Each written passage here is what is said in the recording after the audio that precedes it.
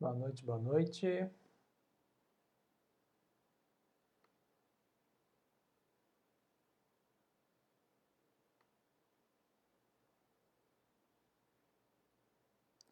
Todo mundo me vê? Todo mundo me escuta?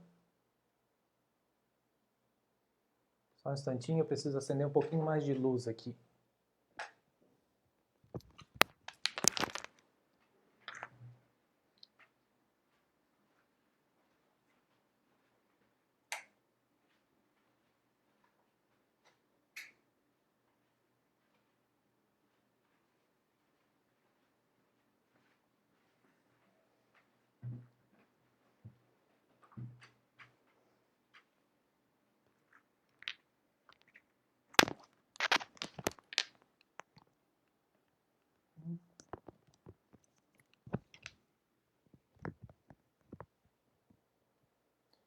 Prontinho, temos um pouquinho mais de luz, o pessoal vai entrando, aguardando um pouquinho mais de gente chegar e aguardando também às 19 horas, que é o nosso horário habitual.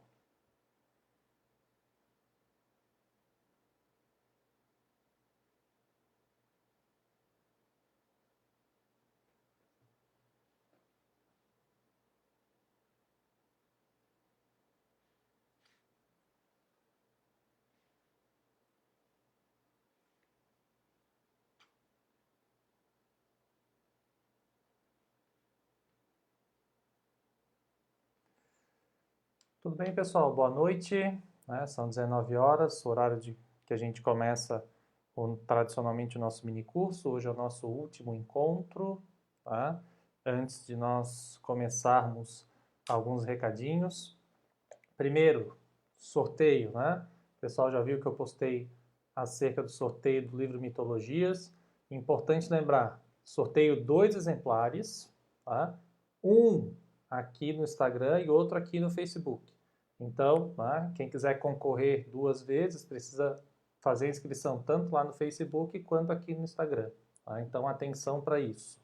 Eu vi que no Instagram está mais movimentado, então no Facebook, por enquanto, está mais fácil ganhar. Apareçam por lá também. Tá? Lembrando que hoje o nosso encontro é sobre esse livro do professor Paulo Grossi, O Direito entre Poder e Ordenamento. Tá? Uma discussão um pouquinho diferente das outras. Esse é um livro de miscelânea, de vários artigos sobre temas diferentes. A gente vai ver de que modo que eles se encaixam e em que sentido o título acaba fazendo algum sentido aqui para nós. Tá? E o segundo recado que é importante lembrar também é acerca da certificação. Então, para aqueles que se inscreveram até o dia 31 no site inscrições.ufsc.br para o curso e assistiram ao vivo 3 das 4 lives, seja pelo Instagram, seja pelo Facebook, tá? Vão poder obter a certificação se, é um requisito que a UFSC pede, fizerem atividade avaliativa. A atividade avaliativa consiste em uma resenha. Tá? Para quem já foi meu aluno sabe o que eu quero dizer com isso. Resenha não é fichamento, ou seja, não é um resumo. Resenha não é sinopse. Tá? A resenha basicamente é uma análise crítica da obra. Tá? Eu vou deixar, tanto no Facebook quanto no Instagram, o link de um livro de EAD da UFSC que ensina como fazer resenha. Até, inclusive, pode servir para a vida de vocês em outras ocasiões. Então, acho que vale bastante a pena vocês darem uma olhadinha lá também. Acho que ajuda bastante. Tá bom, pessoal? Então, esses são os nossos 2 recadinhos. Certificação, vou mandar para vocês. O link como fazer o trabalho final. E também o nosso sorteio. O sorteio é sexta-feira, 2 da tarde. Vou estar publicando tanto na página do Facebook quanto na página do Instagram. Então, vou ali fazer o sorteio. Faço provavelmente o vídeo dos stories ao vivo. E nós damos conta dessa questão também. Daí depois a gente combina como entregar os livros. Por enquanto é impossível porque eles estão na minha sala da UFSC. Então não tem como fazer isso por vocês. Tá bom, pessoal? Então, acho que a gente já tem aqui o número mais ou menos habitual de pessoas. Então, a gente pode começar. Então, basicamente, como eu falei, hoje a gente está falando dessa obra aqui, O Direito entre Poder e Ordenamento. E se a gente for pensar, basicamente, o título reflete um pouco daquilo que é o cerne das questões que a qual o professor Paulo Grossi discute nas suas obras. Ou seja, como que o direito pode se manifestar? Se o direito pode se manifestar enquanto um ato de uma autoridade ou se o direito ele é fruto de organização da sociedade. Né? A essa altura nós já sabemos a resposta. Pelas 3 obras que nós analisamos do professor Grossi, fica bastante claro que a visão é ordenamental, ou seja, o direito para o professor Grossi é visto enquanto ordenamento. Né? Direito e ordenamento jurídico seriam expressões sinônimas. Tá? E esse ordenamento não significa um conjunto de normas imposto alto, mas sim um conjunto de institutos jurídicos, as quais são devidamente conjunto de uma auto-organização da sociedade e que essa auto-organização leva à obediência, né? À observância, para utilizar o termo que o professor Grossi coloca, porque a obediência seria simplesmente passiva e a observância seria algo ativo, ou seja, as pessoas obedecem porque entendem que é interessante obedecer. Então, é nesse sentido que se coloca aqui. E, basicamente, esse conjunto de artigos vão tentar espelhar um pouco essa situação. Tá? Como vocês viram, né, pelo índice, para quem teve a oportunidade de já ler a obra, né, o índice é bem detalhadinho. Tá? Nós temos 7 artigos, os 7 artigos são basicamente todos de temas diferentes. Né? A primeira metade do livro tem uma discussão um pouco mais cronológica, né, de medievo, modernidade, e o primeiro e os últimos artigos têm um tom um pouco mais analítico, vão discutir alguns pontos específicos, inclusive alguns autores específicos. Acho que isso aqui é importante para nós. O primeiro texto dos 7 é o Ponto e a Linha. É um texto bastante clássico, é um texto que já foi publicado várias traduções, em espanhol, em português, tem uma tradução anterior à dessa do livro, né, publicado também em revista. É um texto que eu costumo utilizar muito com os meus alunos de graduação e pós-graduação, geralmente no primeiro dia de aula. Geralmente é o primeiro texto que eu peço para eles lerem. Por quê? Porque é um texto que busca, né, de algum modo, tentar trazer alguma reflexão muito introdutória, uma reflexão muito primária acerca do papel da história do direito. Acho que a esse ponto é interessante a gente fazer essa discussão, né? Ou seja, depois de olhar todo aquele conjunto de categorias, ver quais são aquelas que ficam aqui nessa discussão, né? Quais são as ideias de história do direito que ficam mais presentes. E é essa ideia, dessa metáfora do ponto e da linha que o professor Grossi apresenta para tentar falar acerca de qual é o papel, tá, da história do direito nas faculdades, ou seja, nas faculdades de direito. Ou seja, em que sentido a disciplina de história do direito pode trazer alguma contribuição relevante. E, basicamente, é aquela discussão toda que o professor Grossi já fez. O papel da história do direito é um papel civilizador. O papel da história do direito é um papel cultural, ou seja, de mostrar que o direito não é apenas aquilo que se aprende do chamado direito positivo, os códigos, as leis em vigor, mas o direito é algo que está nos estratos mais profundos da sociedade. E justamente por isso, para que você consiga fazer uma leitura mais densa, tá, desses estratos profundos, para além das exegeses dos textos legislativos, a história do direito tem um papel porque ela dá instrumentos de análise. O principal deles é a comparação entre o presente e o passado. Então, a ideia é justamente trazer para a faculdade de Direito, já nos primeiros semestres, geralmente no primeiro semestre, quando a disciplina, na maioria dos casos, é ofertada, uma discussão cultural acerca do direito, uma discussão que não deixe o direito estritamente vinculado à ideia de lei. Então, é essa a grande lição que se traz aqui. Então, o papel da história do direito é justamente de mostrar para os juristas em formação que o direito está para além do poder. O direito existe em vários modos de manifestar-se. E, nesse sentido, que se justifica a presença da disciplina da história do direito nas faculdades jurídicas. Para quem tem interesse nisso, inclusive no final de 2018 foi aprovada uma resolução no MEC, no Conselho Nacional de Educação, sobre as diretrizes curriculares dos cursos jurídicos do Brasil. Ou seja, discute, entre outras coisas, quais são os conteúdos mínimos que um curso de direito deve ter. E uma das interfaces, que é chamada, né, o eixo fundamental, aquele que dá bases para o estudo do direito, coloca a história como um papel fundamental. Ou seja, o conteúdo história do direito é um conteúdo considerado fundamental para a formação de um jurista no Brasil. Isso é muito importante, porque justamente também o nosso ordenamento jurídico reconhece a importância desse papel cultural.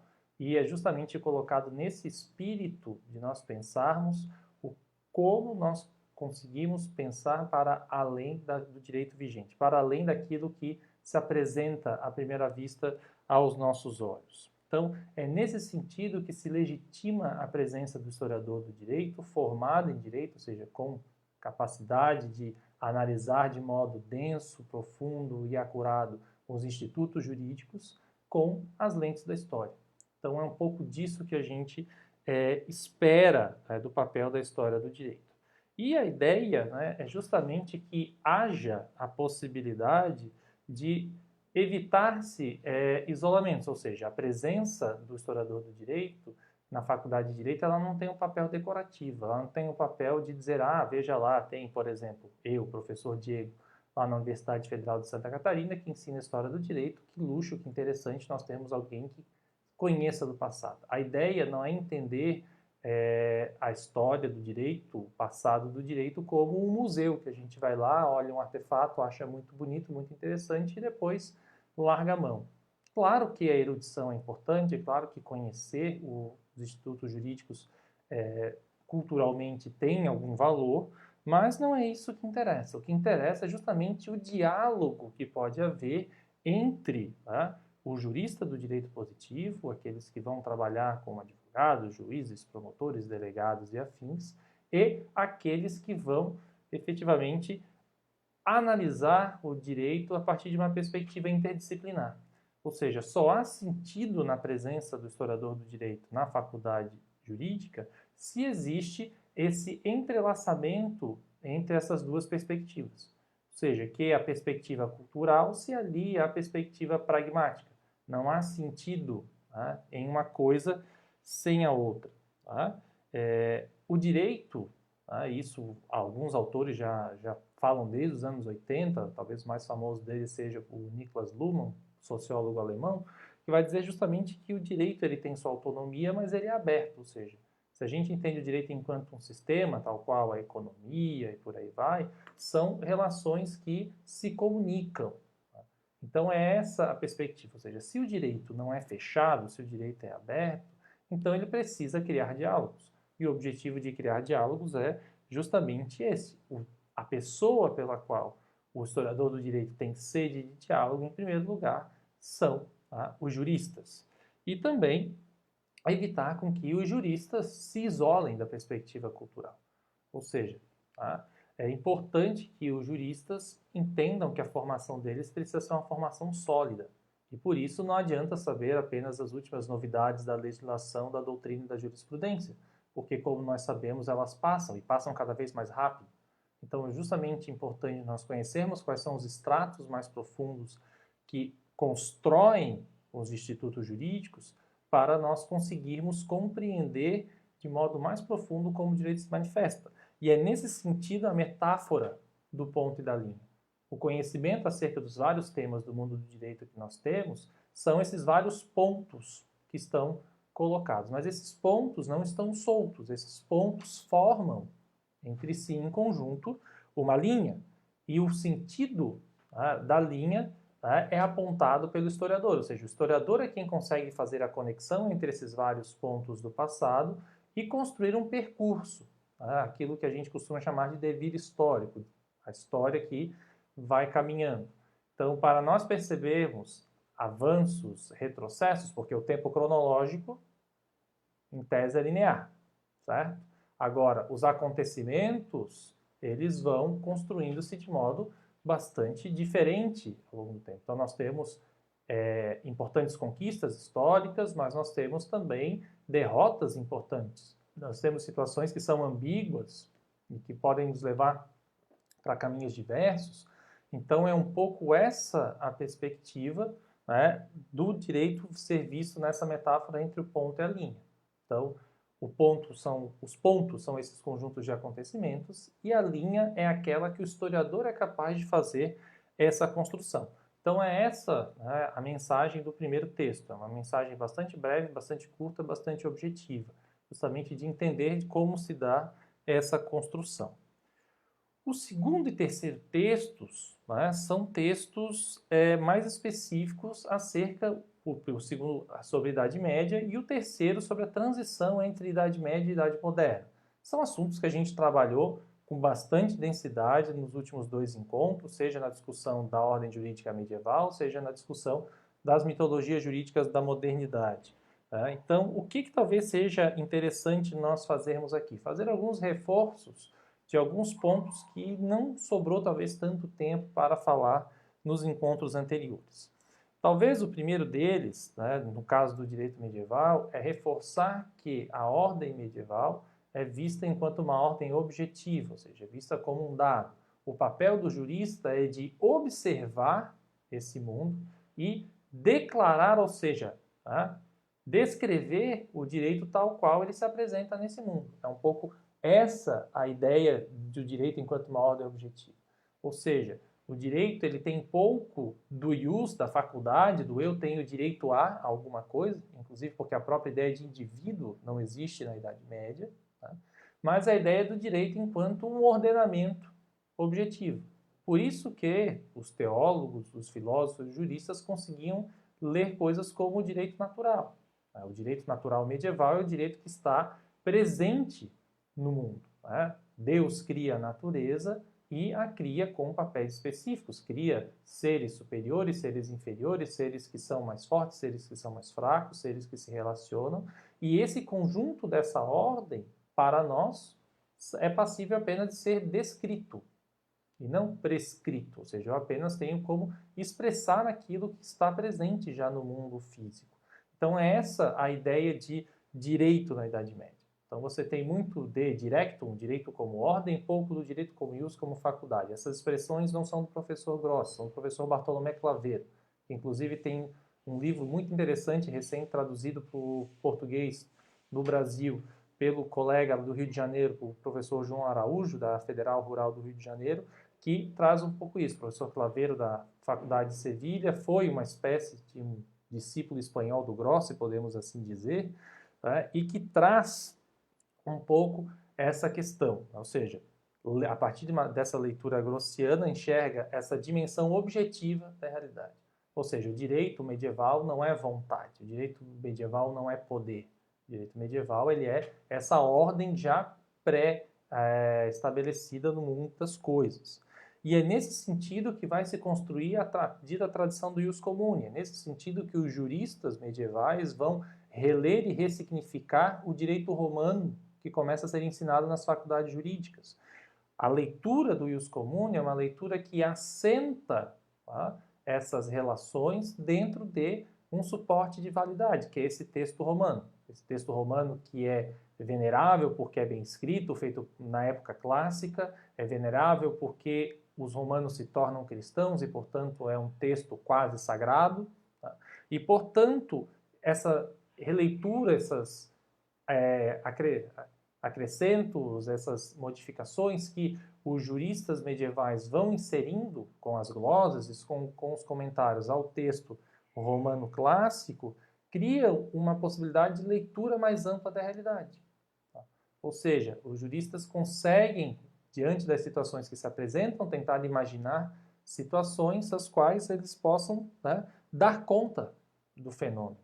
Então, isso que é bastante interessante. E a esse direito comum que vão se contrapor os direitos próprios, né? O iura propria, né? Expressão latina para isso.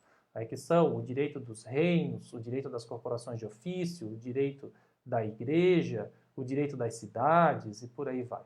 Você tem essa série de direitos que concorrem, tá, com esse direito comum e que sempre vão ter soluções de arranjos entre eles muito provisórios. Em alguns momentos, o direito canônico se sobrepõe, em alguns momentos, o direito do reino se sobrepõe, mas, em última instância, o que fica é justamente essa capacidade do direito dos juristas, do direito comum, de ler esse conjunto dessa realidade histórica. Então, é um pouco disso, né, que o segundo texto traz para nós. E como que isso ocorre? Né? Através de aquilo que o professor Antônio Manuel Espanha chamava de uma geometria variável, ou seja, hoje, na nossa ordem jurídica, supostamente, né, nós temos uma classificação hierárquica, né, geralmente desenhada pela pirâmide. Você tem a Constituição no vértice e depois as leis, né, e por aí vai, os atos normativos inferiores, até eventualmente chegar na sentença, que é a lei do caso concreto. Né? Isso Kelsen nos ensina. Né? Agora, a geometria medieval, não. Às vezes um direito se sobrepõe, às vezes um direito é sobreposto, e sempre o caso concreto, o local onde se está, as pessoas que estão envolvidas, ou seja, a ideia de status. Né? Quando a gente fala em status hoje, a gente pensa em sujeito rico ou pobre, chique ou brega, coisas do tipo. O status é isso. Então eu sou clérigo, então eu tenho direito a ser julgado pelo tribunal da igreja. Eu sou mercador, então eu posso resolver isso na corporação dos mercadores. Se eu sou um artesão, eu posso discutir isso na corporação dos artesãos. E se eu sou de uma cidade, eu não posso ser julgada por outra, e por aí vai. A esse conjunto de atribuições que cada uma dessas ordens jurídicas tem, é o que nós chamamos de jurisdictio.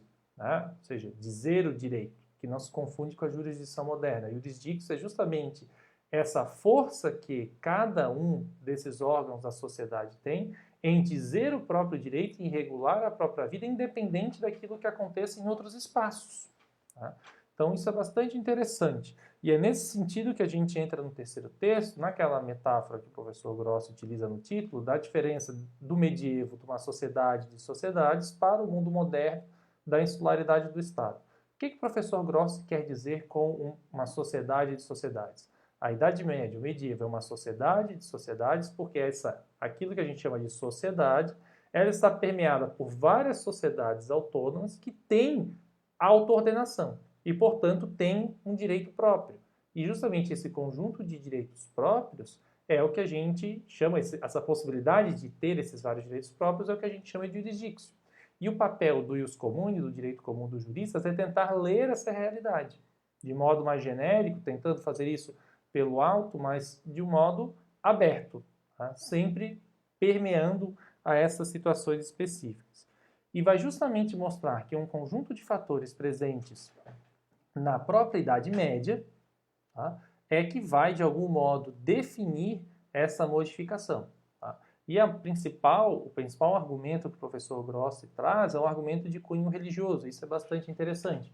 A gente tem, no século XIV, na virada do XIII para o XIV, uma série de fatos que vão modificar fundamentalmente aquela sociedade. Um deles, tá, é traduzido pela existência de uma nova ordem religiosa, que são os franciscanos. O que os franciscanos têm de especial? Muitos devem conhecer São Francisco de Assis, é uma figura fascinante. Né? São Francisco de Assis tem como principal característica uma nova visão de mundo, diferente do mundo dos medievais. Se o direito é essa ordem lida pela sociedade, a sociedade já presente, São Francisco, mesmo sendo muito medieval e radicalizando essa ideia de uma ordem objetiva, né? Quem não ouviu falar do Cântico das Criaturas, do irmão Sol e do irmão Lua, ou seja, essa ideia de que essa natureza é dada por Deus e se apresenta de modo bastante objetivo, mas ao mesmo tempo ele insere um elemento importante, que é essa capacidade do ser humano, por si só, louvar a Deus por meio do reconhecimento da criação divina, de modo muito radical, e, de algum modo, eliminando ou, de algum modo, diminuindo o papel que a igreja tem nessa mediação. Então, é nesse sentido que, especialmente a doutrina franciscana posterior, com os doutores da igreja franciscanos, que a gente vai ter Duns Scoto, vai ter Guilherme de Ockham, etc., que vão justamente trazer essa doutrina religiosa para um plano filosófico e vão justamente mostrar as possibilidades que o indivíduo tem de sentir e escolher. Tá? E essa capacidade dos seres, cada um, sentir e escolher, vai fazer uma revolução no modo como se enxergam as coisas. Ou seja, não é mais apenas o fato de eu pertencer a uma determinada comunidade, sou artesão, sou clérigo, etc., que dá conta da minha existência. mas aquilo que eu sou capaz de sentir e pensar começa a trazer isso. E não à toa, né, esse movimento ele acaba sendo precursor de uma série de outros movimentos, tanto no mundo religioso, como a Reforma Protestante, 2 séculos à frente, como também o renascimento cultural, ou humanismo, onde nós vamos ter figuras filosóficas como Descartes, etc., que vão justamente ver a possibilidade da construção do indivíduo pensar e moldar o mundo. A ideia de Descartes do penso, logo existo é isso, ou seja, o mundo não é mais algo que está dado, declarado e deve ser apenas lido. Não, o mundo é algo que eu posso modificar. E isso tem uma visão muito importante para o direito, porque especialmente os detentores do poder político começam a perceber que a estrutura do Estado que está crescendo e fortalecendo nesse período, se tomar para si também a função de pensar o direito, consegue exercer de modo muito eficiente a sua vontade. E a partir daqui, cada Estado passa a exercer a sua vontade. E quando cada Estado passa a exercer a sua vontade também no direito, por meio de legislação, a gente pode pegar o exemplo de Portugal, que nos é mais próximo, com as ordenações filipinas, por exemplo, tá? Ou seja, o rei escrevendo direito e tentando fazer esse direito se impor, ainda que com muitas concessões para a antiga tradição medieval, e por isso que juridicamente não há uma ruptura forte, mas politicamente há, e é um pouco isso que o professor Gross explica, em que cada Estado, conseguindo trazer e construir o seu direito, tá, passa a ser uma ilha, nesse sentido da insularidade do Estado. Ou seja, se o mundo medieval era um conjunto de sociedades interconectadas, o mundo moderno é o conjunto de várias ilhas. Tá? É isso que a gente nota, para quem estuda a história do direito internacional, depois da Paz da Westfália, ou seja, em que se reconhecem as potências internacionais, esses reinos passam a se enxergar uns aos outros de modo igual, e a partir disso esses estados começam a criar relações fundamentais. E uma delas é que o direito que vige dentro do território passa a ser um direito específico, ou seja, começa a se quebrar com essa ideia de um direito comum. Ou seja, ainda que a herança seja essa do direito comum, começam-se a pensar possibilidades de o direito ser próprio, o direito próprio ser o direito que se sobrepõe. E o ápice disso, da insularidade, desse fenômeno da insularidade do Estado, é o que a gente vai ver com as revoluções burguesas, especialmente a Revolução Francesa, tá?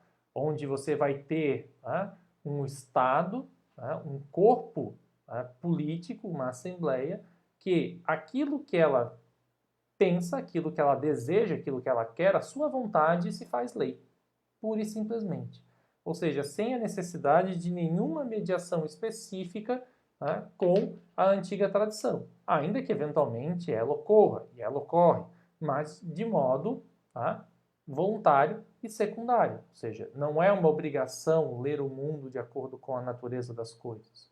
A obrigação é modificar o mundo de acordo com a vontade política. Então é essa mudança sensível que a gente acaba tendo, né, nesse momento. Então é nesse sentido que a ideia de liberdade, por exemplo, que é essa possibilidade do indivíduo expressar, tá, as suas vontades, passa a ser, né, um direito que hoje nós chamamos de fundamental. A liberdade é um direito fundamental porque é esse direito que permite o qual o indivíduo se expresse. E não à toa foi tratado de inúmeros modos, com várias nuances, pelos ditos autores contratualistas. Talvez a tratativa mais profunda disso seja em Locke, onde vai mostrar que a liberdade é o atributo próprio da existência do sujeito em uma comunidade política. Sem liberdade não existe essa possibilidade. E por isso que esses autores da época geralmente colocavam que aqueles que não tinham patrimônio tinham mais dificuldade de exercer sua liberdade, porque se não podiam se autogerir, né, dependiam de outras pessoas para comer, para sobreviver, não poderiam externar suas vontades, seriam apenas, né, reflexos de outras vontades. Então é essa a construção. E se a gente for pensar, é muito essa ideia que se baseia no mundo moderno. Hoje inclusive, né, no meio dessa pandemia, a gente pode perceber isso, tá? Em que pese a pandemia, como o nome diz, ser global e não conhecer fronteiras, por outro lado, cada Estado nacional decide como ir afrontar o problema, como se cada Estado não tivesse relação direta com aquilo que está acontecendo nos vizinhos. Tá? Esse é um fenômeno bastante interessante. tá? De nós pensarmos, porque isso tem consequências importantes para a vida das pessoas, ou seja, as leis não são mais fruto exclusivo de uma razão, seja qual for o fundamento dessa razão, uma razão teológica, que é aquela razão medieval, ou uma razão metafísica, espiritual, no sentido laico, do mundo moderno, tá? Mas passa a ser simplesmente um ato de vontade de quem no momento está no poder. Tá? E supostamente o fato do poder ser democrático após as revoluções daria a chancela necessária para que nós não nos preocupássemos demais com isso. Então é bastante interessante perceber como se dá essa construção. E é a arquitetura básica do modelo de Estado que a gente ainda hoje tem. Mas o que é justamente interessante é que no quarto artigo do livro, o professor Grossi começa a demonstrar o como essa ideia começa a perder força nos dias atuais. Tá? Inclusive, a gente talvez esteja até num passo anterior em que esse movimento que o professor Grossi discute no quarto artigo começa a ter algum tipo de retrocesso. Esse exemplo do tratamento que cada estado dá de modo diferente à pandemia é um modo de expressar isso. Mas o professor Grossi vai tentar explicar quais são as consequências do chamado fenômeno da globalização, tá? Traz para o mundo do direito e da ciência jurídica. A gente sabe que globalização não é um vocabulário do direito. Globalização é um vocabulário do mundo da economia, tá? E que depois foi trazido para o mundo das relações internacionais, que foi trazido para o mundo das ciências sociais e, por consequência, também para o mundo do direito. O que a gente tem, então, aqui? A gente tem a demonstração da ruptura, tá, de uma série de fatores que construíram o mundo moderno, e especialmente a política, e por consequência nesse mundo moderno, em que cada estado é uma ilha, tá, em que cada estado tem a sua lei dentro de um território. Essa tríade Estado, lei, território é a característica, tá, desse mundo político moderno. Ou seja, o Estado dá a lei, ou seja, a lei é fruto da política, é submissa à política, dentro de um território a qual ela consegue se exercer domínio. Dentro desse domínio é exclusivo. Então é um pouco essa a ideia que está em jogo aqui. Tá? Veja bem, então o que você tem? Você tem com a globalização uma ruptura disso. Ou seja, o Estado não é mais o único ente político relevante. Você tem o surgimento de novos atores no direito internacional, e daí você cita desde ONGs, organizações internacionais, até mesmo a possibilidade do indivíduo ter algum papel no direito internacional e não mais apenas Estado contra Estado. E isso a gente vê facilmente no mundo do direito internacional, quando a gente olha o conjunto de cortes internacionais que nós temos hoje. Antes a gente tinha apenas a Corte Internacional de Justiça, que julgava os conflitos entre os estados, aí você passa a ter hoje uma série de tribunais, Tribunal Marítimo, Tribunal Contencioso da OMC, o Tribunal Penal Internacional, que julga indivíduos propriamente dito, ou em que você tem uma miríade de sujeitos, que não apenas os estados, que podem se relacionar e podem ter responsabilidade jurídica. Então você tem essa quebra do Estado. Por consequência, a lei do Estado, que é o segundo ponto, não consegue mais ser o único fator de agregação social. Ou seja, se o Estado, por si só, não dá mais conta, então a lei desse Estado também não dá mais. E não à toa a gente vai ter um conjunto de novos direitos que vão surgindo. Tá? Se nós pensarmos os direitos com relação ao consumo, os direitos com relação ao meio ambiente, todos esses, no mundo de hoje, são direitos transnacionais. Então, se eu tenho um pacote da Amazon que pese ele ser no Brasil, ele de um lado tem que respeitar o Código de Defesa do Consumidor, mas de outro lado ele tem uma série de dinâmicas e políticas próprias que por vezes podem, né, modificar o caráter de aplicação desse direito. Tá? Então, é desse modo em que as coisas acabam acontecendo. Você tem no direito ambiental, em que pese cada estado poder regular como quiser, em tese, né, a preservação ou não da natureza, a preservação ou não da natureza tem consequências, né, transfronteiriças. Tá? Teve um famoso caso na fronteira entre Argentina e Uruguai de uma papeleira, uma fábrica de papel. Ou seja, o papel era fabricado no Uruguai, mas a poluição ia para a Argentina.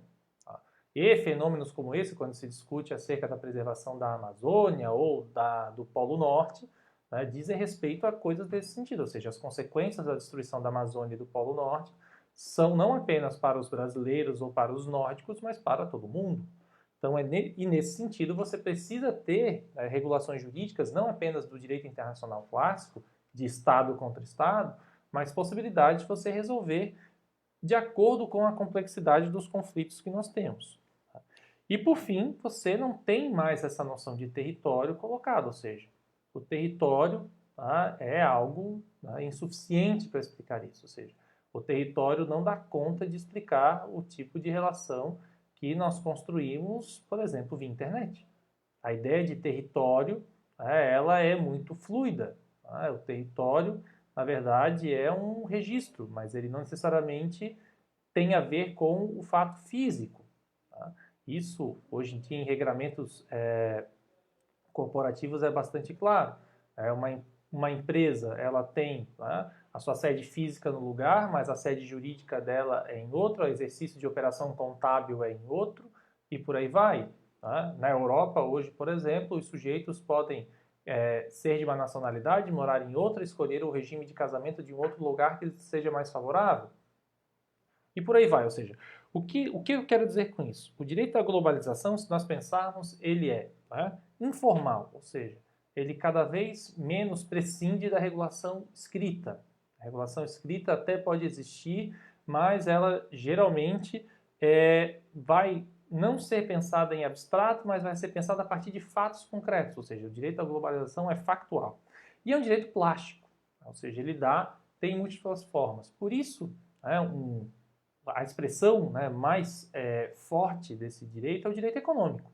Ou seja, o direito econômico internacional é justamente esse direito que é baseado nas boas práticas, nas normas de boa convivência, nas leis do mercado e por aí vai, que nós mais ou menos as intuímos, mas elas não necessariamente estão escritas em detalhes e são muito fluidas, podem modificar-se a todo momento.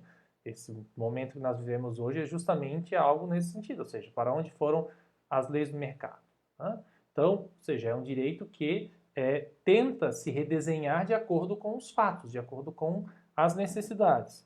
Então, é um direito que o professor Gross vai dizer que tem textualidade fraca, ou seja, não importa tanto aquilo que está no papel, mas importa efetivamente aquilo que está na prática. É um direito complexo e, por ser complexo, é um direito pluralista, ou seja, nós podemos hoje claramente nos dar conta disso, que nós vivemos em um mundo fático de pluralismo jurídico, que não tem nada a ver com pluralismo jurídico medieval, mas é um pluralismo jurídico em que a jurisprudência interna e internacional tem força, basta pensar o papel que as sentenças da Corte Interamericana de Direitos Humanos têm no Brasil, o caso Maria da Penha talvez seja o mais interessante deles, o caso das anistias políticas também são outros casos bastante desafiadores. Nós temos também esse direito econômico que se coloca de modo muito forte. Se nós pensarmos, para quem eventualmente quiser pesquisar, o Banco Central Brasileiro tem uma portaria pela qual ele diz que as agências de rating, aquelas que medem o valor dos créditos dos Estados Unidos, a Standard & Poor's, a Fitch e a outra que eu não lembro o nome, são aquelas três mais famosas, são as agências às quais o Brasil aceita a medição do seu próprio crédito. Ou seja, o Brasil não tem uma classificação própria de crédito, mas ele simplesmente aceita essa outra classificação de crédito. Ou seja, o quê? Significa que o Brasil autoriza que essas agências funcionem no Brasil? Não. Ele simplesmente reconhece que aquilo que essas agências fazem tem valor jurídico. Então, é essa mecânica, essa inversão de lógica que a gente tem do mundo estatal que vem aparecer para hoje. Mas, não é só isso. Para além disso, isso tinha sido pergunta de outros encontros, é nesse momento histórico que acontece o hibridismo entre o mundo do civil law e do common law, ou seja, do mundo da tradição europeia continental e do mundo da tradição de língua inglesa no direito. Ou seja, nós temos cada vez mais um direito que mistura ambas essas características. No Brasil, o exemplo mais claro disso é o direito penal e o processo penal. que passou a incorporar uma série de institutos negociais que são típicos do mundo do common law. Então, a delação premiada, o acordo de leniência e por aí vai, são todos institutos desse outro mundo jurídico e que passam a fazer parte do nosso mundo jurídico. Do mesmo modo, né, o modelo das codificações para alguns assuntos específicos passa a fazer parte do mundo da common law. Você ainda tem situações que são efetivamente híbridas. Os exemplos mais interessantes são de algumas cortes internacionais, que geralmente o direito material, né, ou seja, as regras que vão ser aplicadas, são pensadas a partir de uma lógica tradicional, ou seja, por meio de tratados internacionais celebrados entre os Estados, que teriam para o direito internacional uma força semelhante à lei no direito interno, mas as normas de procedimento, de julgamento desses casos, são normas tradicionais do mundo do common law, como, por exemplo, a cross-examination, ou seja, a ideia de um debate amplo e aberto entre as partes, e não um conjunto de ritos muito estáticos para a realização de atos processuais. Então, você tem esse conjunto de ações acontecendo concomitantemente. Tá? O que o professor Grossi coloca? Que isso, de um lado, é uma grande ocasião, mas, de outro lado, é um grande risco. Por que é uma grande ocasião? Uma grande ocasião, naquele sentido que a gente viu especialmente na semana passada, de perceber que as mitologias jurídicas da modernidade são efetivamente mitologias, ou seja, elas não correspondem àquilo que acontece na prática. E a ciência jurídica pode começar a ter uma atitude mais realista e os juristas podem tomar o seu papel de protagonista. E isso a gente conhece tanto pelo lado bom quanto pelo lado ruim. Por exemplo, a predominância que os órgãos judiciários passaram a ter para o mundo do direito. Isso é um fator interessante. Tá?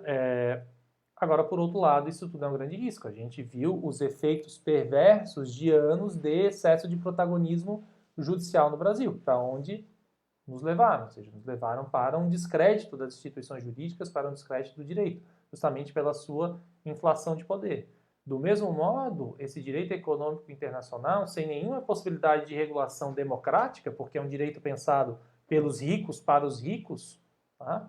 Ele não traz nenhum tipo de accountability, algum tipo de respaldo, tá? Que possa ser, de algum modo, discutido em fóruns mais amplos. Ele até tem instrumentos internos de verificação, mas são muito restritos. Então, a gente tem, de um lado, uma visão de ciência jurídica mais respeitosa ao mundo dos fatos, mas, por outro lado, a gente tem o risco de um direito que seja muito elitizado. Então, é esse balanço, né, que se está buscando. Especialmente a última década do século passado foi muito prodigiosa nesse sentido. A gente viu essas lutas e a gente vive um momento agora de receio. E esse exemplo do que tem acontecido na pandemia é muito interessante. A gente vê muito pouca ação concreta, com enforcement, né, digamos, com força de lei ou algo nesse sentido, por parte de organismos internacionais. Tá? Você tem, por outro lado, os estados soberanos tentando buscar protagonismo. Você tem uma grande crise de identidade da União Europeia nesse momento com relação a tudo isso.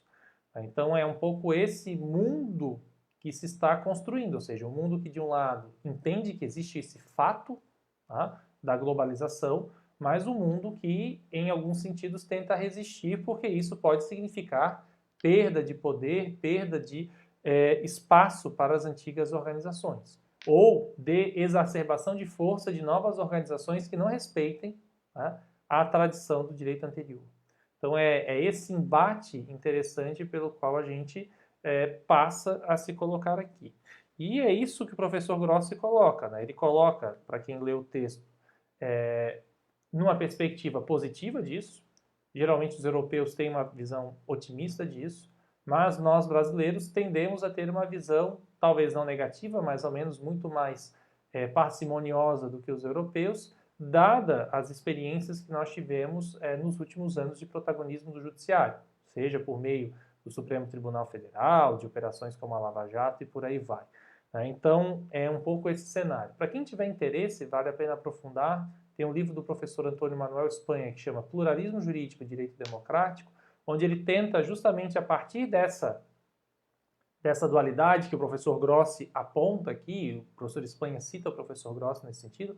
De um lado a gente tem o dado de fato do pluralismo, de outro a gente tem um valor construído na modernidade, que é a democracia. Como que a gente faz para o direito se resolver entre pluralismo e democracia? Como que esses direitos plurais não democráticos podem, de algum modo, sobreviver em uma ordem democrática ou fazer com que a ordem democrática sobreviva a esses direitos não democráticos? Então, essa é um pouco a grande questão que nos é apresentada nesse momento. Tá? Então, isso que é interessante. Muito bem, aqui a gente fecha essa primeira parte do livro que faz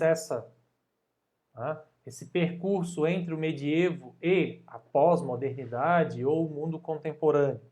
E a gente tem depois 2 artigos muito interessantes, porque eles reforçam algumas das discussões teóricas que a gente fez anteriormente, especialmente aquelas que a gente discutiu na primeira parte do segundo encontro, sobre a ordem jurídica medieval, que são os textos relativos a Santi Romano e Capogras, que eu já havia alertado vocês nesses encontros anteriores, que são, sim, os autores os quais o professor Grossi busca ajuda, para construir o seu substrato teórico. Ou seja, é dali que ele bebe essas fontes para construir essa questão.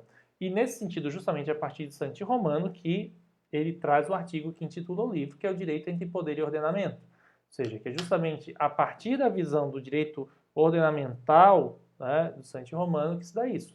E daí aqui para vocês que leram esse texto e para quem já leu os textos anteriores, já tem uma base bastante boa. Ou seja, ordenamento aqui não pode ser lido no sentido tradicional de Kelsen, de Bobbio, que é simplesmente um conjunto de normas, mas ordenamento é organização que o Santi Romano consegue ler a partir da sua complexidade.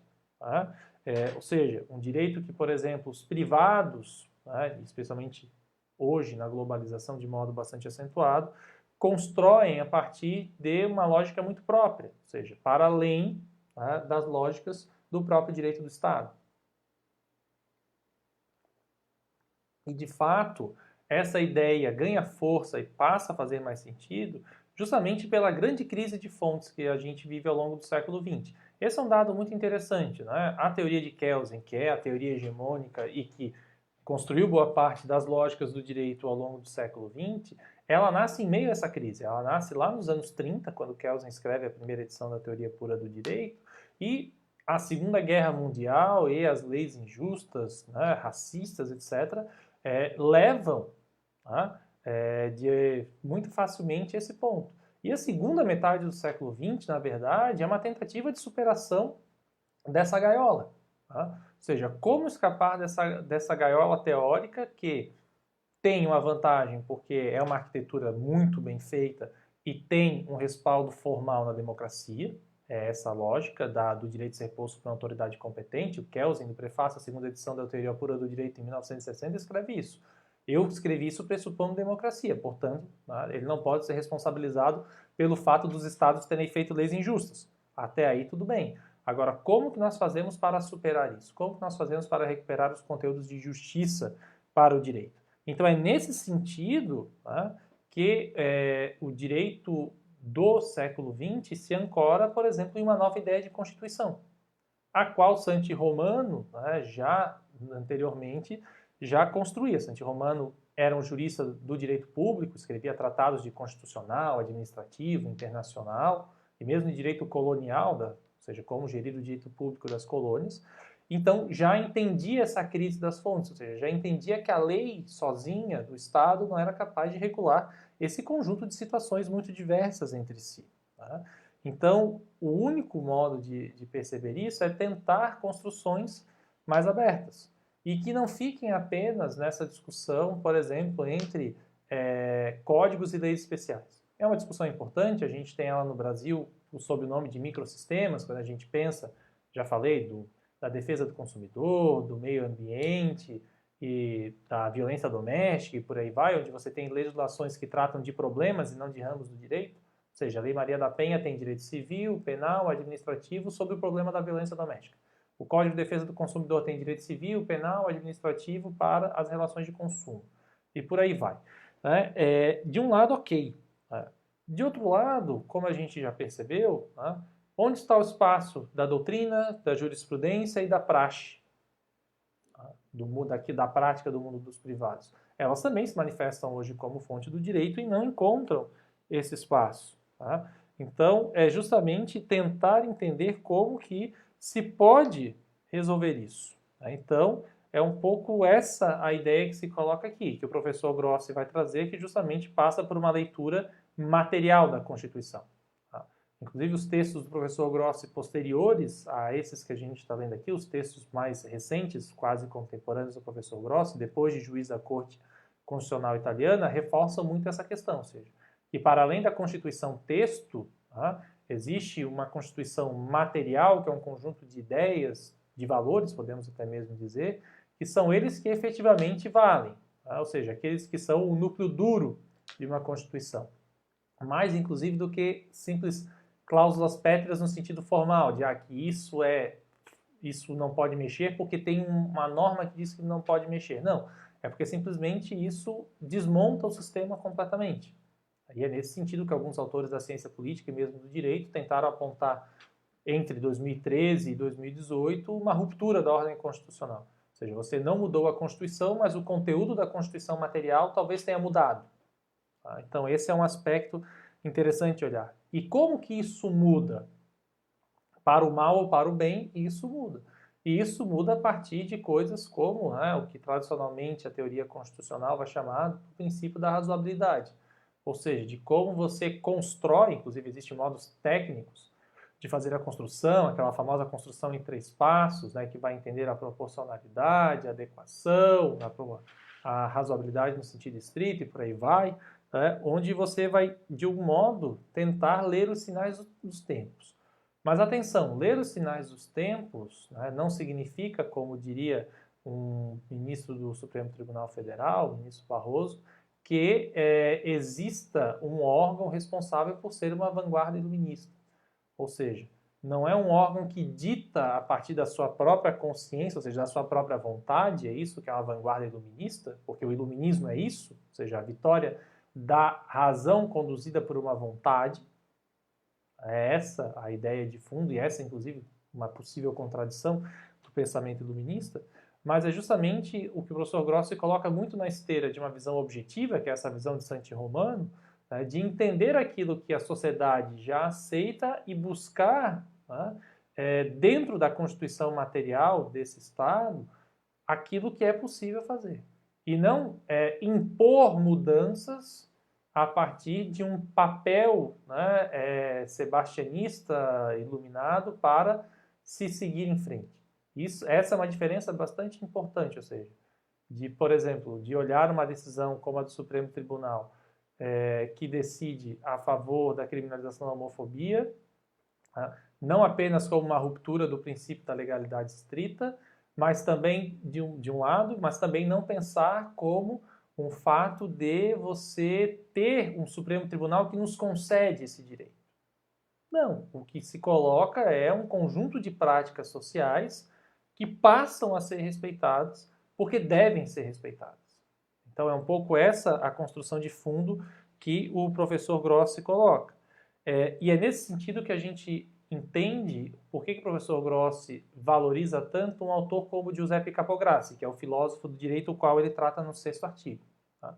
Muito brevemente, porque o professor Capograssi, infelizmente, é pouco conhecido no Brasil, tem pouca, salvo engano, pouca ou nenhuma tradução do professor Capograssi.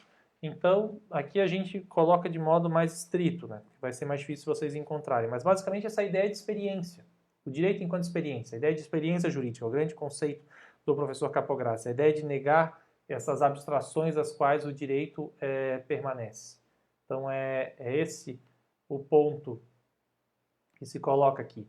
Então, é nesse sentido que a gente precisa enxergar essa questão dos sinais dos tempos. Os sinais dos tempos, eles são vistos a partir da experiência. O direito é experiência, o direito se constrói na experiência humana. O professor Grossi, volta e meia, utiliza as expressões como a carnalidade do direito. É nesse sentido. O direito se manifesta a partir do concreto. Tá?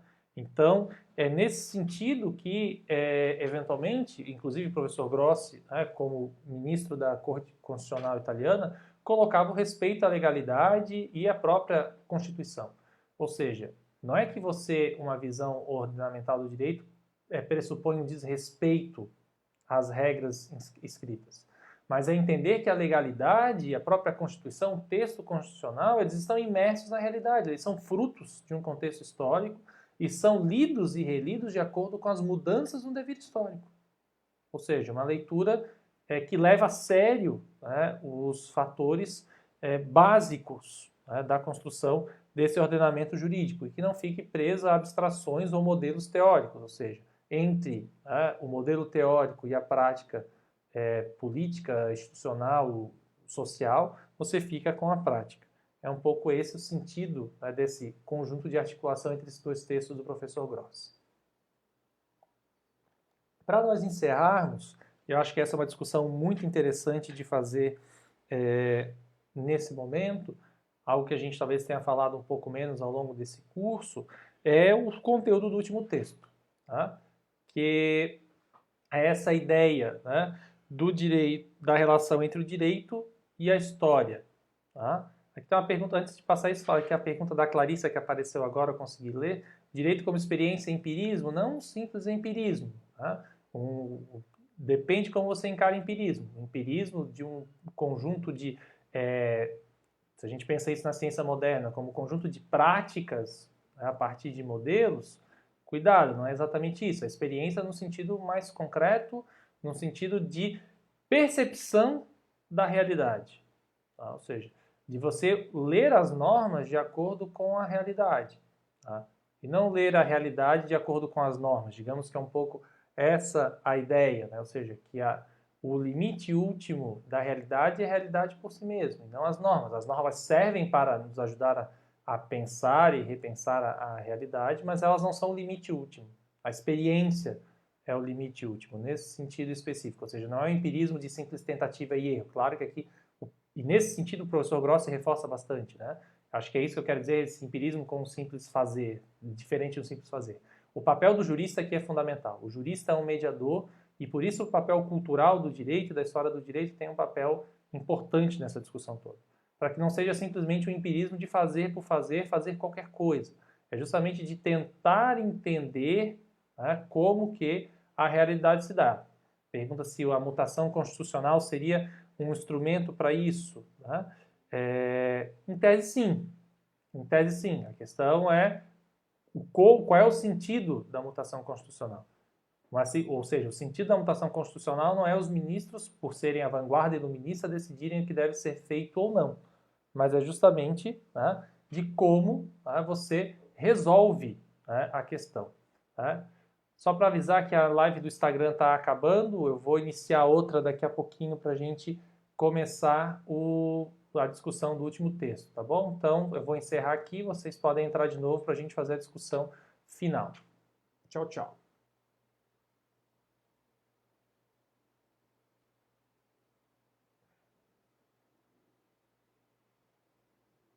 Enquanto isso, eu vou respondendo as perguntas do pessoal do Facebook. Né? Deixa eu abrir aqui para a janela ficar um pouco mais fácil. Né? A gente tem aqui a Sofia perguntando de saber relação do Common Law, Civil Law com o Ius Civile e Ius Commune. E o Common Law, Civil Law são classificações modernas, que falam do direito da tradição britânica e do direito da tradição da Europa continental. Ius Civile e Ius Commune, Ius Civile é o direito dos cidadãos de Roma, tá? E o Ius Commune é como esse direito dos romanos foi lido pelos medievais. Então é nesse sentido específico. Né? Se tem relação com a Revolução Francesa, tem relação com o fato de que esses mundos, especialmente pela experiência colonial, se separaram. Né? Então acho que é importante levar em consideração isso aqui também. Tá? E essa contradição entre Revolução Francesa e Iluminismo é nesse sentido, porque o Iluminismo supostamente é a vitória da razão. Mas que razão é essa? Tá? É uma razão que se impõe por meio da vontade. Ou seja, então, que razão é essa que no final das contas se impõe pela vontade? É efetivamente razão? Tá? Se a gente for pensar no jacobinismo, na fase jacobina da Revolução Francesa, já para pegar dentro da Revolução Francesa, a gente já percebe que houve muito pouca razão e excesso de vontade ali. Tá? Então, talvez seja interessante dar uma olhada nesse sentido também. Tá? Aqui agora acho que eu já respondi as perguntas do Facebook também, e daí o pessoal está entrando lá no Instagram, aqui no Facebook o pessoal consegue permanecer, não tem essa limitação do tempo, então a gente consegue continuar. Muito bem, a gente vai tratar agora do último texto, né, que é História Social e Dimensão Jurídica. Basicamente, qual é o objetivo desse debate aqui? O objetivo desse debate aqui é fazer uma análise entre a história do direito e a historiografia, né, tradicional, conhecida como hoje tradicional, mas que à época era revolucionária, da Nova História ou a Escola dos Anais. A Escola dos Anais porque os Anais era o nome da revista, né, os Anais de História Social era a revista fundada por esse movimento da história que ocorre na França, especialmente com Marc Bloch, Lucien Lefebvre, depois Fernand Braudel e depois, no momento mais recente, com Jacques Le Goff, que talvez seja um autor mais conhecido de todos nós. Né? E, basicamente, esse texto surge dentro de um congresso em que Gross e outros historiadores do direito trazem, tá, o Jacques Le Goff e alguns outros historiadores para debater quais são esses possíveis rumos da história do direito e o seu diálogo com a história. Se no primeiro texto, no ponto da linha, a gente estava falando da relação da história do direito com o direito, aqui nesse último texto a gente está falando da relação da história do direito com a história, tá, propriamente dita. E qual é a questão? A história dos anais, para quem eventualmente não sabe, tinha como pressuposto a ideia de uma história total, ou seja, para fazer história, nós não podemos ficar presos nos eventos, nos fatos políticos, aqueles que a gente encontra nos arquivos, nos documentos, né? O Dom Pedro I que declarou a independência, o Pedro Álvares Cabral que descobriu o Brasil, e as datas, e aquilo que acontece no parlamento e por aí vai. Ou seja, entender como que a história acontece na sociedade, no mundo privado, no mundo das pessoas comuns. É essa a grande virada que esse modelo de história traz. E o que basicamente o debate coloca aqui é que, incrível que pareça, com toda essa discussão que a gente faz do direito enquanto fator da experiência, da história e por aí vai, tá? A gente tem uma dificuldade em enxergar nos colegas da história pura, da história social, uma sensibilidade com relação ao direito. Existe uma grande sensibilidade com relação à sociologia, à antropologia, à ciência política, à economia, à geografia e por aí vai, mas uma pouca visão com relação ao direito. Talvez justamente pelo fato de que por muito tempo, ou ao menos durante o século XX, que é quando surge essa corrente histórica, o direito, especialmente na França, que era o país onde surge essa corrente histórica, está muito aprisionado à política. Então se tem uma visão que é uma visão que o professor Gross vai dizer que é distorcida com relação ao fenômeno jurídico. Porque se a gente pensa no direito francês do século XIX, começo do século XX, vem muito à mente a famosa escola da exegese, que era a interpretação do Código Civil a partir do próprio Código Civil. Tá? Então é interessante a gente olhar a partir dessa perspectiva, ou seja, que tradicionalmente a história do direito era uma história de papelistas, né, para utilizar a tradução literal do termo que os franceses valiam, chartise, né, ou seja, que estavam preocupados apenas com os papéis, com os documentos, com as leis, com os atos parlamentares e não com a vida do direito nessa sociedade. Tá? Isso é interessante, porque esses historiadores enxergavam o direito a partir daquilo que ele tinha de pior. Aquilo que o professor Gross chamava lá na primeira lição do direito como o direito enquanto uma patologia do social, e não o direito enquanto uma fisiologia da sociedade. Quando o direito é um fator da natureza da sociedade. Né? Então, o que o professor Gross coloca é que justamente existe a necessidade por parte dos historiadores de se abrirem para esses outros fatos. Né? Ou seja, é um pouco essa necessidade de você pensar e repensar esse mundo da história. Ou seja, entender que existe a necessidade de um diálogo, não apenas do historiador do direito com os juristas, de um lado, mas com os historiadores do direito com os historiadores, de outro. Até isso, historicamente, acabou acontecendo, porque é raro você ter historiadores do direito na faculdade de História, quando geralmente é comum você ter historiadores do direito nas faculdades de direito. Então, quais são essas possibilidades de diálogo? O direito não é apenas cotidiano. O direito, como a gente já falou aqui, está nos estratos mais profundos, né, da sociedade. O direito é um instrumento de longa duração e, portanto, se encaixa com a ideia de mentalidade. A ideia de mentalidade ela nasce da reflexão de Marc Bloch, dessa escola dos anais, e ela faz muito sentido com essa visão de direito a qual o professor Grossi traz. E o direito é fruto da experiência, o direito está num contínuo, o direito não está parado, né, em algumas, como eu posso dizer assim, em eventos, em leis e por aí vai. Tá? E se a gente olhar as próprias obras do Marc Bloch, que é um dos fundadores, ele talvez mais do que outros da geração que vem em seguida, são muito mais sensíveis ao direito. Tá? Se a gente olha um livro como, por exemplo, A Sociedade Feudal, que o professor Grossi diz que utiliza, e por coincidência eu utilizo também nas minhas aulas de História do Direito, ele vai falar de vários momentos da justiça, das ordens jurídicas existentes, o livro dos reis taumaturgos, os reis que realizavam curas, o como isso se dá a partir de uma ritualística que também é jurídica. A própria Apologia da História, que é um livro que eu recomendo para todo mundo que tem interesse em História do Direito que leia, porque é um livro muito fácil de ler, mostra o quanto o direito também, para além da geografia, da economia e por aí vai, está presente no social. Então, é esse conjunto de ideias, que talvez para quem não tem formação em história seja um texto um pouco mais difícil, mas ele, para quem já está dentro da história do direito, é um texto fundamental, porque ele serve justamente, tá, para a gente ter essa consciência. Era isso, pessoal. Consegui aqui em 1 hora exata, né? Aqui no Instagram acabou sendo um pouquinho menos porque a gente esperou para começar, mas em 1 hora eu consegui resolver o livro todo, tá? Então eu vou começar a responder as perguntas. Como eu já respondi as do Instagram e por enquanto não tem nenhuma ali, eu vou começar pelas do Facebook, né? Só um pouquinho aqui. Vamos ver aqui. Vamos lá. Eu vou pedir para o pessoal colar aqui novamente as perguntas, porque novamente eu não sei porque tem esse defeito aqui no meu Facebook que eu não consigo enxergar as perguntas. Eu vi que a Marja tinha uma pergunta e o Pedro Paulo tinha pergunta. Então, se vocês puderem colar de novo, fazer um novo comentário ali embaixo com a pergunta, eu consigo responder agora. Tá? Vou pedir essa gentileza.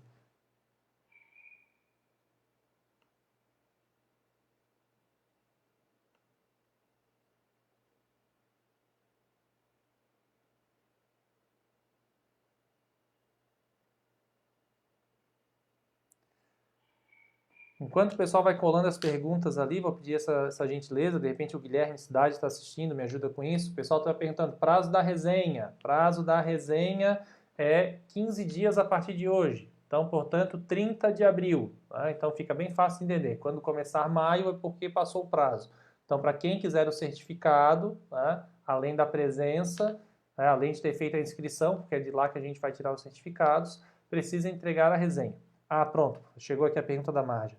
Qual o papel da história do direito com relação para conhecer a essa certa razão, se é que existe, que não provém de uma mera vontade em países como o Brasil? Olha, eu acho que essa pergunta ela faz sentido talvez não só para o Brasil, mas para o contexto do direito ocidental como um todo, né? Talvez a ideia de razão, né? E vontade, ele é um conflito que existe no direito desde sempre. O direito, ele é um pouco de cada coisa. Né? O professor Felipe aqui, ó, foi meu professor de Direito Penal, passou, grande abraço. Né? Espero não estar falando muita abobrinha. Quando tem professor me assistindo, eu fico preocupado. Mas é um pouco essa dicotomia entre vontade e razão é a construção do direito ocidental. Então, os medievais já discutiam acerca disso. O que talvez a gente possa olhar no Brasil, e talvez é uma coisa um pouco brasileira, né? Que vários autores já expressaram isso de vários modos, né?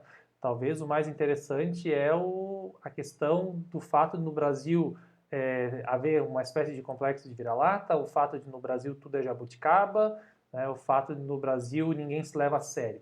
Então a gente tem esse conjunto de auto-ironias e autodepreciações que o Brasil tem, que o brasileiro tem consigo mesmo, que ajudam, né, a moldar um pouco essa teoria social acerca do Brasil. E esse conjunto de teorias sociais, que a gente conhece, por exemplo, a partir dos pensadores do Brasil, trazem um pouco esse pessimismo, ou seja, de que, eventualmente, é o que a gente vê, por exemplo, em Oliveira Viana, que somente uma ordem baseada na autoridade vai ser capaz de dar conta de todo esse caos. Tá? Então, a tensão, né? Esse é um problema nosso, mas outros povos vivem isso a partir de vários outros problemas. Se a gente pensar, a experiência que eu tenho um pouco mais de familiaridade com os italianos, no final das contas não é tão diferente assim. A ideia de que os italianos são desunidos, sempre estiveram divididos em facções, que são muito românticos, são malandros com relação a alemães, etc. Né? Se fosse assim, os alemães estariam com toda a sua vida resolvida. Tá? Então, cuidado, né? Acho que dá para, acho difícil, eu acho que esse é o ponto, né? Pensar uma teoria do direito exclusivamente brasileira. Talvez seja mais fácil a gente conseguir pensar isso a partir de uma perspectiva de um contexto de pós-colonialismo, ou talvez pensar isso num contexto mais amplo desse mundo do Sul, né, ou mesmo desse mundo que se conecta a partir de apropriações, às vezes muito antidogmáticas, desses modelos europeus. Ou seja, isso não é um defeito em si, é o modo como se leram as coisas. Então, acho que é um pouco essa, né, essa preocupação que a gente deve ter, ou seja, de um lado construir o direito a partir dessa experiência, que é essa experiência latino-americana e brasileira, e justamente dentro, a própria do contexto latino-americano e brasileiro também existem contradições, que por vezes são tão grandes quanto a contradição Brasil-Europa, então há de se ter esse cuidado. O que eu quero dizer com isso? Se não é possível construir uma teoria única para o Brasil, também, em tese, não é possível construir essa teoria, né, latino-americana ou eurocêntrica e por aí vai. A questão é como a gente efetivamente quer se inserir nessas narrativas. Me parece que o momento teórico é um momento de aceitar um pouco as contradições do hibridismo e por aí vai. Tá? Eu vou tentar pular para outras perguntas aqui, né, que estão falando sobre os caminhos de uma corte constitucional e por aí vai, o processo decisório da corte constitucional, se é passível ou não para a democracia e por aí vai. Antes eu vou responder uma outra pergunta importante. Tá? A primeira pergunta do prazo da resenha, 30 de abril, o pessoal já viu. Segundo prazo, como faremos a entrega da resenha? Vai me mandar por direct no Instagram ou aqui no Facebook. Simplesmente manda o arquivo em PDF aqui que eu vou conseguir ler. Se não conseguir mandar por PDF, faz em imagem e manda por imagem. Vou receber por onde vocês se comunicaram comigo. Tá? Então nada de e-mail, nada de nada. Manda por aqui e deu. Corte Constitucional e Democracia. Sim, esse é um desafio bastante grande. Perceba, o professor Grossi vem de uma Corte Constitucional, que é a italiana, composta de 15 membros, em que cada um dos 5 membros são de um poder específico. O presidente da República indica 5, o professor Grossi foi indicado pelo Giorgio Napolitano na época, 5 vêm do parlamento e 5 vêm da carreira da magistratura. Ou seja, portanto, é uma corte que presta contas com o modelo democrático. A nossa corte, em tese, também presta contas com o modelo democrático, porque os juízes do Supremo Tribunal Federal são indicados pelo Executivo com o crivo do Legislativo. Então, existe formalmente participação democrática. A questão é justamente essa, de um lado, um formalismo excessivo, ele pode ser antidemocrático, de outro lado, uma vanguarda iluminista também pode ser antidemocrática. Então, esses são os dois pontos. Nesse meio do caminho estaria um pouco essa ideia da leitura dos sinais dos tempos que o professor Grossi coloca, ou seja, de tentar entender como você consegue essa construção, né, de uma via democrática. Isso significa, né, uma leitura sensível por parte desses juízes. Tá?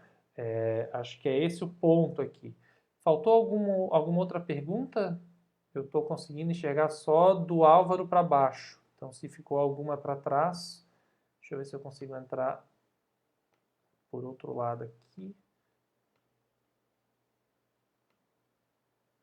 Enquanto isso, me mandem aqui mais perguntas, por favor.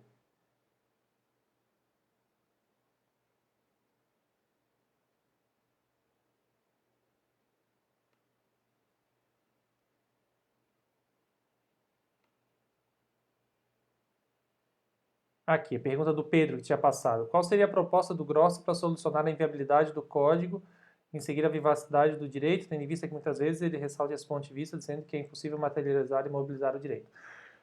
Para quem leu ali o texto sobre globalização, o professor Grossi é bastante claro nesse sentido. Né? ele não é contra a codificação, tem o texto de código também do Mitologia Jurídica da Modernidade, ele não é ideia a questão do código. Tá? Os códigos são importantes, os códigos são, no nosso devir histórico, uma construção bastante racional do direito na modernidade e nos dão bases importantes, porque, de certo modo, eles recepcionaram boa parte das práticas, algumas tentaram modificar, mas não são, assim, tão alienígenas ao nosso modo de ver as coisas. Basta pensar na própria contradição do Código Civil francês, que foi o primeiro código com essas características, ainda hoje ser o Código Civil dos franceses. Ou seja, um código de 200 anos, né, ele é tudo menos, né, um código no sentido clássico, ou seja, esse código 200 e poucos anos depois é outra coisa. Né? Então, isso também é importante, né? Pensar nesse sentido. Então, não vejo como uma contradição, a questão é como ler essa fonte código nos dias de hoje. Ou seja, os códigos ainda têm a mesma função de 200 anos atrás? Não, eles não têm mais a mesma função de 200 anos atrás. Eles têm talvez muito mais uma função como repositório de princípios. No direito penal isso é muito claro, quando a gente tem, no próprio direito civil também, quando a gente pensa na matéria de contratos, o que tem mais tem é lei especial sobre contrato, contrato agrícola, contrato de leasing, contrato de alienação fiduciária. Os principais contratos que a gente realiza nos dias de hoje não estão no Código Civil. Tá? Mas ele tem um repositório de princípios importantes que faz com que a gente entenda, né, a construção dessa ordem. E junto com as leis especiais, com a prática, com a doutrina, com a jurisprudência, de certo modo já é um pouco o mundo que a gente vive. A gente às vezes não intui porque nos é ensinado como se essas coisas não fossem importantes. Mas se a gente estuda, inclusive para concurso público, sentença do Supremo Tribunal Federal, é porque parece que o direito não é mais apenas código. Tá? Será que no futuro próximo, Pedro, né, novamente, escritos de autores com profundidade como Paulo Grossi ultrapassam a historiografia tornando-se fonte do direito? Bem, o texto do professor Grossi vai para o passado, né, já está no passado, e em breve ele poderá ser fonte do direito. Para quem quiser estudar uma história da teoria do direito, a primeira lição do direito vai ser um livro muito interessante. Para quem quiser estudar a história da história do direito, também vai ser um material muito interessante. Então, todo documento jurídico, todo documento, tudo aquilo que é registro, resquício do passado, é passível de se fazer história, pode ser fonte. Mesmo, né, inclusive para quem é algo mais desafiador, que é a chamada história do direito presente. Pessoal, alguma outra dúvida? Passou alguma? Se alguém quiser colar mais alguma dúvida aqui embaixo, se alguém quiser mandar aqui no Instagram. Sem dúvidas?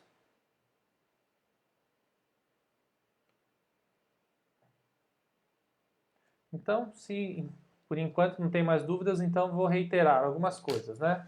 Voltando lá então, né? Sorteio, lembrem de sorteio. Então vão lá, tanto no Facebook quanto no Instagram, né? No Facebook, para quem já viu, não é no meu perfil pessoal, é na página, porque eu não consigo fazer o sorteio do meu perfil pessoal, é um problema dos sites que fazem os sorteios. Então, por favor, apareçam lá na página, curtam, né? Indiquem os colegas interessados, não torturem os amigos não interessados em história do direito para fazer isso. Né? Acho que tem bastante gente que está a fim de ganhar o livro para poder ler mesmo. Né? E o nosso trabalho final. Trabalho final, 30 de abril, resenha. Vou fazer um post amanhã explicando todos esses detalhes. Tá? A ser entregue tanto pelo Facebook como pelo Instagram. Tá? Manda pelo direct, eu não sei se o Facebook aceita PDF no direct ali da página. Né? O Instagram, eu não sei se aceita, se não aceitar, e se você tiver só o Instagram, pode mandar por lá também, transforma em imagem, por aí vai. Professor Alfredo Flores, de Porto Alegre, da Federal do Rio Grande do Sul, né? Grande abraço, né? Um prazer. Nós ainda não nos conhecemos pessoalmente, vai ser um prazer fazermos isso no futuro. Né? Mais um professor me assistindo para meu completo desespero. Espero que não tenha falado muita besteira, espero que no futuro a gente possa, inclusive, fazer alguma coisa juntos, professor Alfredo. Né? Então, muito obrigado aí pela presença, fico muito feliz também de ter o senhor aí presente. Então, pessoal, da minha parte é isso, tá? Então, são aí 8h20, né? Então 1h20 já de discussão, agradeço muito vocês. Foi um grande prazer, né, poder fazer esse conjunto de encontros desse curso livre, né, que muita gente participou, a gente teve aí bastante gente até o final, a gente está aí entre Facebook e Instagram com bastante gente, né? Muito bem aqui, ó. O pessoal perguntando qual o limite de páginas. Quando o pessoal brinca de aluno, não tem limite, né? Aqui a Bárbara, minha orientada de doutorado, perguntando quantas páginas vocês quiserem, desde que seja uma resenha, né? Não há como fazer download das aulas? Se perguntam. Daí vocês são mais espertos do que eu, vão saber fazer isso. As aulas estão, além do Facebook, no YouTube e no Spotify. Então, vocês devem saber como fazer download de links de YouTube e de Facebook. Hoje em dia não é tão difícil, né? Não sei quem quer guardar esse tipo de coisa, né? Olha só, pergunta, dado. Já vi diversos julgamentos do Tribunal do Paraná que, fundamentando em grosso, flexibilizam a letra da lei, dando maior relevância para o costume e vontade das partes. Bem, talvez porque lá você tenha, né, vários juristas formados pela tradição do professor Ricardo Fonseca, do professor Luiz Fernando, e talvez eles tenham, né, tem algum colega juiz seja formado por eles. Né? Isso é um dado interessante. Tá? Então, eu estava falando aqui dos trabalhos finais, então não se preocupem, tá? Entreguem quantas páginas vocês quiserem, se quiser fazer em 4 páginas ou em 10 páginas. A resenha não vai ter nota, não se preocupem, não sai uma nota no certificado, então ela tem que estar apta ou não apta. Né? Então, se vocês conseguirem fazer uma resenha minimamente apta, né, é tranquilo. Mas não se preocupe, eu vou fazer um post amanhã tentando esclarecer todas essas dúvidas, que é mais fácil do que ficar respondendo a conta-gotas, tá? Sai na página do Facebook, sai no Instagram também, tá? Então, muito obrigado mais uma vez a todos, um abraço para todo mundo que já me conhecia, né? Então, aqui os meus orientandos, que boa parte deles acabou assistindo, ex-orientandos, né? Tem aí pessoal que está fazendo doutorado na Espanha, doutorado na Itália, né? O Jonathan, o Gabriel, que andaram aí participando, assistindo as aulas, pessoal da época da Universidade Federal de Uberlândia, pessoal aqui da UFSC, gente que eu nem conhecia, né, alunos dos professores Felipe do Rio de Janeiro, do professor Tiago da UFPR, então tem um monte de gente aí participando também. Fico muito feliz, né, se vocês estiverem interessados sobre história do direito, podem continuar me procurando, a gente vai pensar coisas. Se alguém tiver alguma ideia do que a gente pode fazer com o prolongamento da quarentena também pode mandar, a gente pode pensar em alguma outra coisa. Eu estou com um projeto aqui na mente, a partir daquilo que a gente já andou fazendo aí. Pode pintar coisa nova nos próximos tempos aí, mas claro que toda ideia é sempre bem-vinda. Tá bom, pessoal? Então, da minha parte era isso. Um grande abraço, até a próxima. Fiquem bem, aproveitem o curso que vai ficar registrado nas plataformas. Abraço até de Manaus, gente do céu, né? Olha só que coisa linda. Tá? Grande abraço, tchau a todos.